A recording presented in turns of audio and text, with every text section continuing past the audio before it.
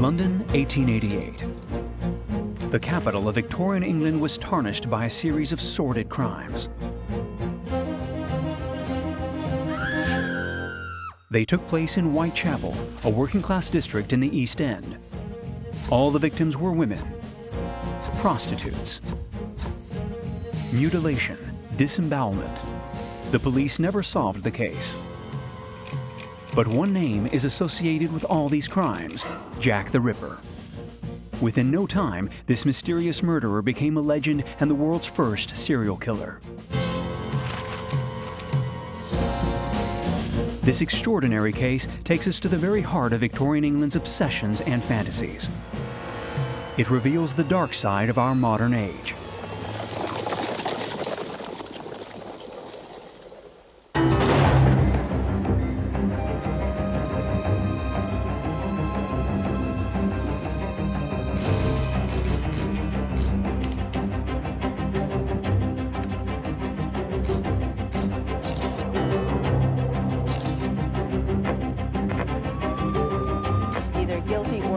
Carrière de gangster. 10 jours après la découverte du corps du petit a provoqué ce nouveau un véritable séisme en Belgique.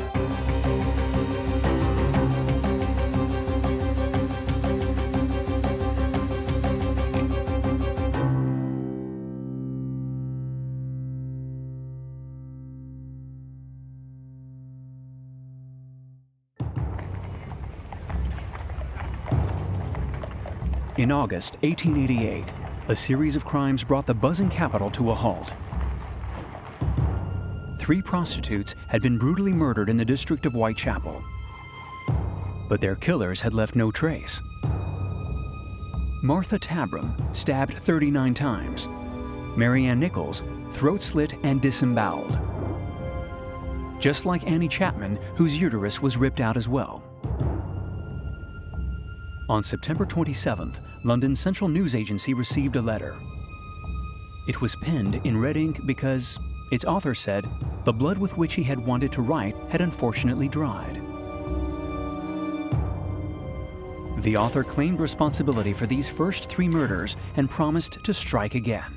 The letter was signed Jack the Ripper. Jack the Ripper was the archetype of evil. Portrait robot du mal. Ce nom-là va devenir, within days, the name became the name of horror itself, not only in London's East End, but all over England. It's sardonic, sarcastic. Jack is the diminutive form of John, who's an everyman, a sneer, and then Ripper, he who disembowels. On September 30th, the body of Elizabeth Stride was found. It showed no signs of mutilation, suggesting the killer had been interrupted. Just hours later, he fell back on Catherine Eddowes, inflicting, among other punishments, what appeared to be a signature: disembowelment. By the end of September, there were already 5 victims. For the police, this case was a major challenge. Now, this part of London was known for violence. But what you didn't have really before were these grotesque carving up of women. And it clearly came as something to the police that they were completely unused to dealing with. Moreover, in this neighborhood where people killed for a pair of shoes, the victims had not been robbed. These were women who had nothing. Money was even found on some of them. Not much, but still money. What could be the motive of someone who killed without motive? Identification techniques, which could have helped the investigators, were still at an experimental stage. In Great Britain, Francis Galton was working on dactyloscopy, the science of fingerprint identification. While in France, Alphonse Bertillon was developing an anthropometric measurement system which would result in the first criminal identification database. But in 1888, forensic science was very much in its infancy. DNA testing didn't exist.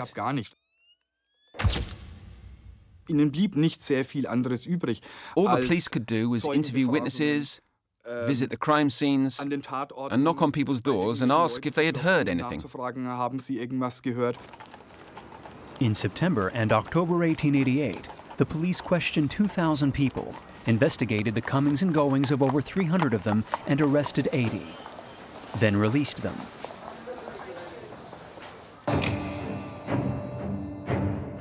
The police's lack of results was heavily criticized by the newspapers of the day.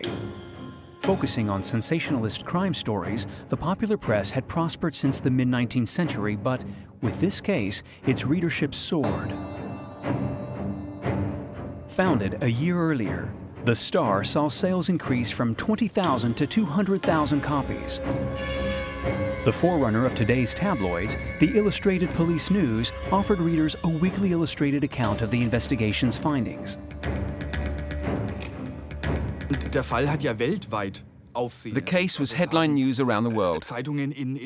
Newspapers in Nicaragua, Mexico, and New Zealand reported it. German papers even sent reporters to London. This was the start of what would later be called investigative journalism. It was not the police, but journalists who produced very detailed maps and sketches of most of the crime scenes.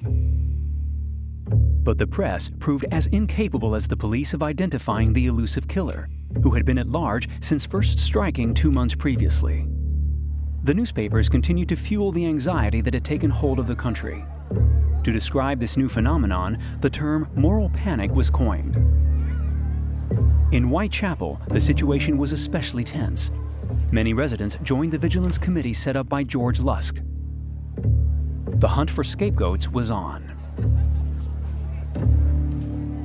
The notion is, well, these killings cannot be the work of an Englishman. They must be the work of a foreigner. And who are the foreigners in this district? They're Jews. It must be the work of the Jews. The 80,000 Jews who had fled the pogroms in Russia and Poland represented the East End's main ethnic community.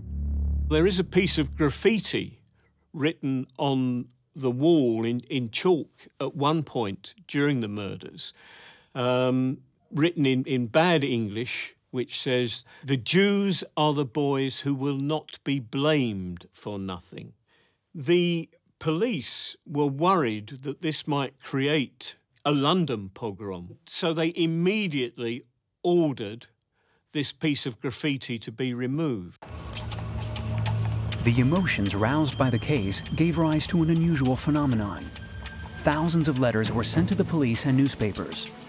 Some expressed concern and fear, while others offered help to the investigators, suggesting possible leads or often bizarre methods. There were people at the time who thought by photographing a victim's retina, you could see the last image he or she had seen, and so discover the murderer's identity. Before Jack the Ripper, the press had sensationalized crime stories, whereas this was a co-production, a dialogue with the general public, a collective construction of a story. Voicing one's opinion, writing a story together. The profusion of letters reflected a change in attitudes. The 1884 Reform Act had extended the right to vote further down the class ladder, kindling people's desire to be involved in the nation's affairs.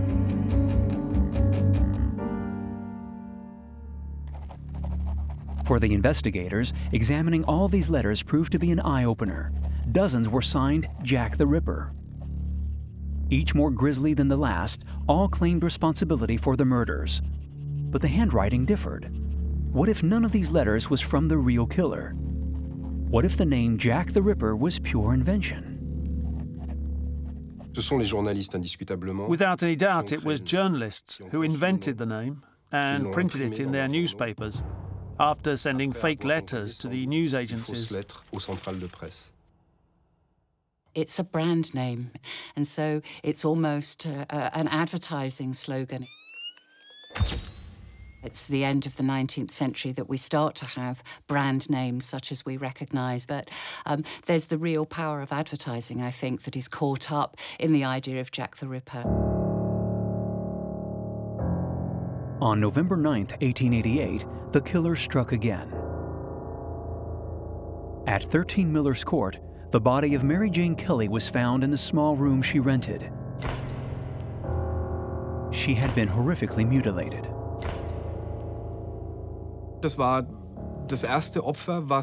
She was the first victim to be murdered indoors. The Ripper was able to go wild. That's why it was such a frenzied attack. Coroner Thomas Bond's post-mortem report was shocking. The victim had not only been disemboweled, her skin had been removed, her breasts cut off, her face slashed to the bone. But Dr. Bond went further. He started doing what the FBI does today. He gave sociological and psychological details, a kind of three-dimensional portrait of who he thought the criminal was. What is remarkable is that this made him the first profiler in history. Profiling der Geschichte. In 1888, some doctors were already fascinated by sexuality. These alienists, or psychiatrists, compiled a list of what they termed sexual pathologies and perversions. By applying this interpretive framework to the Whitechapel murders, Bond came up with a new concept: sexual crime. According to him, the killer was a satyr, all the more terrifying because, in external appearance, he is quite likely to be an inoffensive-looking man. As this clear picture of the killer emerged, the series of crimes stopped, and with it, all hope of solving the case.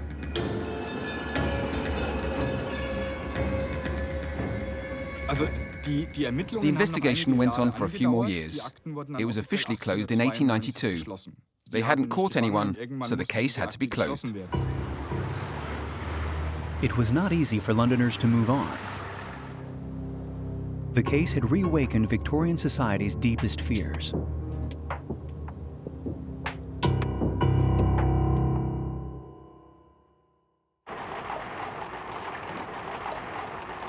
When news of the Ripper murders broke, Queen Victoria had just celebrated her Golden Jubilee. During these first 50 years of her austere reign, Britain had established itself as the world's foremost economic power and a moral leader.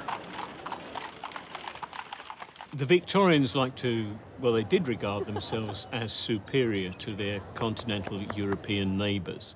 Within this, there is a kind of a feeling that we have a moral excellence.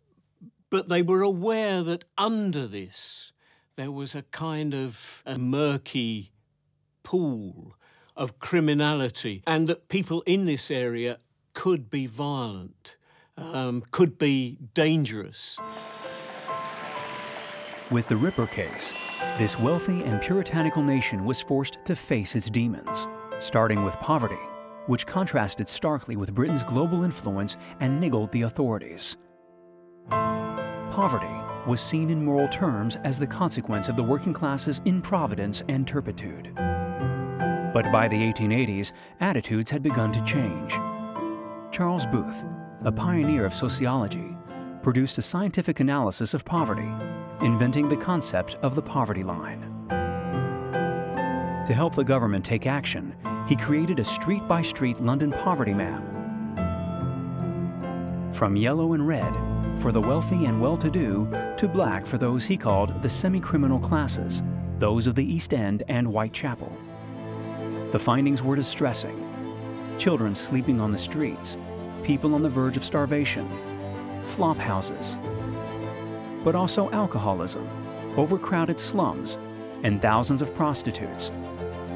In puritanical England, London was described as a modern Babylon. Victorian society liked to push sex under the carpet. It wasn't something that anyone talked about.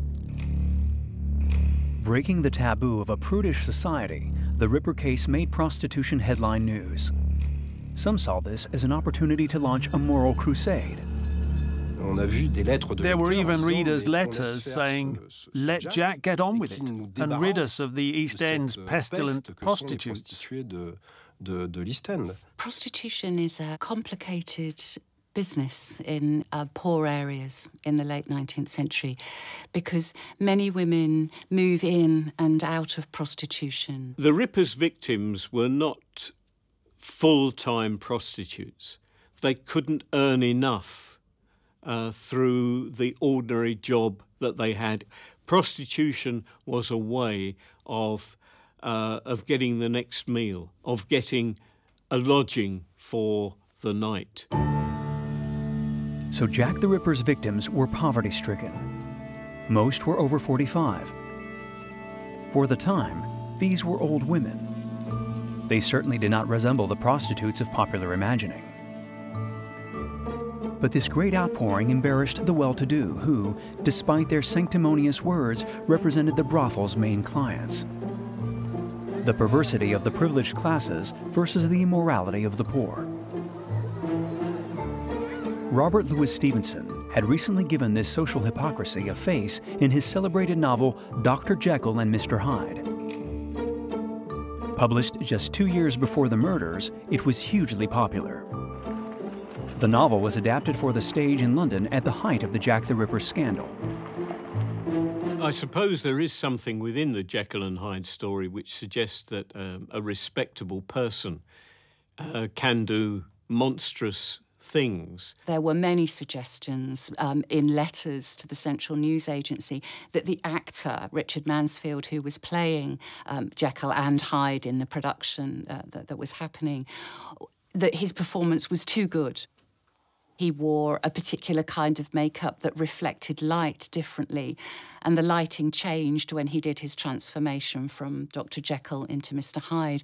But it was thought to be such an uncanny and terrifying transformation that he couldn't really be just an actor. To calm the situation, the play was taken off. But the idea gained ground. The killer did not hail from Whitechapel, but from a nice part of town. The Ripper was a respectable man, someone who knew how to wield a scalpel, a doctor. After portraying him as a crook, a ghost and a skeleton, the press gave the killer a new profile. Hat, long coat, doctor's bag. A person of this type would not have gone unnoticed in an area like Whitechapel. The idea he could have haunted its streets and alleys undisturbed is an invention of cinema and literature.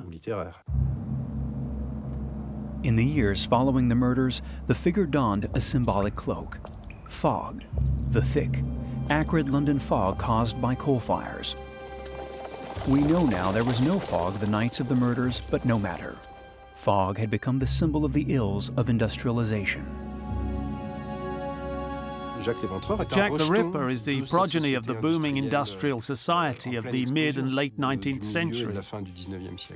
He bloomed like a black flower in that society. Like Hyde, like Dracula, who Bram Stoker invented at the height of the Ripper scandal. Jack the Ripper was the modern monster par excellence, the hideous offspring of the railroad and city's furnaces. He was the product of the nascent new era. He is ours. He is our serial killer, us, modern people. Somehow the 20th century opens with this terrible series of events because it encapsulates ideas of the anonymity of modern life, of the psychological disturbance of living in a modern world. The Ripper had been part of Western imagination ever since. He embodies its dark side. His enduring appeal is unique in the history of crime.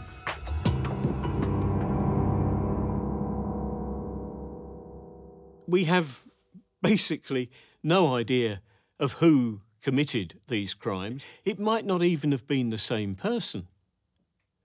It might have been a woman, Jacqueline the Ripper, but we don't know. In the absence of a solution to this mystery, literature and cinema decided to give Jack the Ripper a face. In 1927, Alfred Hitchcock made The Lodger.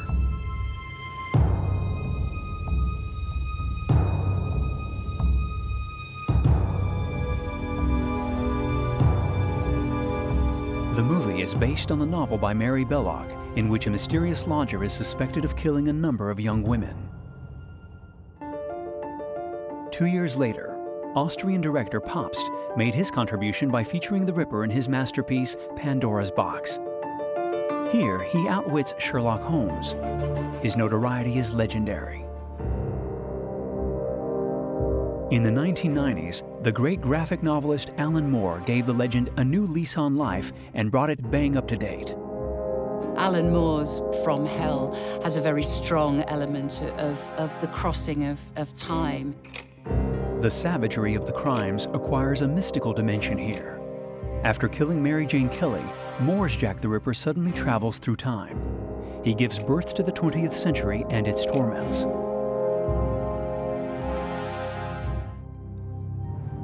While these authors have shaped the Ripper legend, others have tried, in all earnest, to uncover the Ripper's true identity. Such as journalist Stephen Knight, whose complex theory inspired Moore's graphic novel. Knight claimed the murders were part of a Masonic conspiracy involving Queen Victoria and her personal doctor, Sir William Gull. More recently, the queen of crime fiction Patricia Cornwell accused painter Walter Sickert after a lengthy investigation. I'm 100% certain that this case is closed. I've spent $4 million on this case. For the 50th, 75th or 100th anniversary, something big always comes out.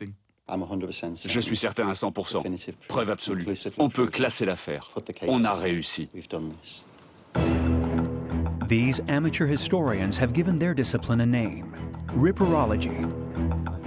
Some have spent their lives searching police archives, conducting DNA tests on unlikely pieces of evidence, doing reconstructions. And yet, there is still no universally agreed theory. For Ripperologists, it's a protective mechanism. We don't want to know who Jack is, because if we did, what would we do? I was astonished when I worked on the Ripperologists' theses. They know the location of each street lamp in a particular street, the distance between two lampposts, which area was in darkness, which was partially lit. They knew absolutely unbelievable things. A mixture of meticulous scholarship and pure fantasy, Ripperology is a strange discipline indeed.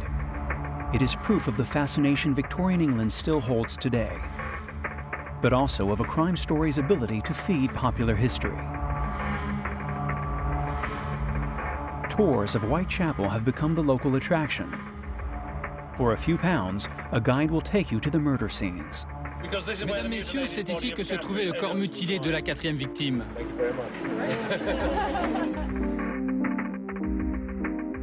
This dark tourism has its souvenirs. The most ridiculous item I saw was a pack of condoms with the words, "Because you never know who's coming round the corner." It was ludicrous, but people buy that stuff. I think it's rather sad that people want to make money out of the story, because what we shouldn't forget, and what we often do forget, is women were murdered. Other women have died at the hands of killers since, and the Ripper owes his posterity to them as well. His name is regularly used to describe narcissistic murderers who play with the police and the media. Those we call serial killers, and of whom Jack the Ripper is the archetype. The Ripper legend has even permeated police culture, to such an extent that, at the end of the 70s, the British police was fooled by a terrifying audio cassette on which its author claimed responsibility for the murders of prostitutes in Yorkshire. His name, Jack the Ripper. I'm not quite sure when I'll strike again, but it will be definitely sometime this year. I'm not sure where. Maybe Manchester. Well, it's been nice chatting to you, George. Yours, Jack the Ripper. Just as with the Ripper letters, the cassette turned out to be a hoax.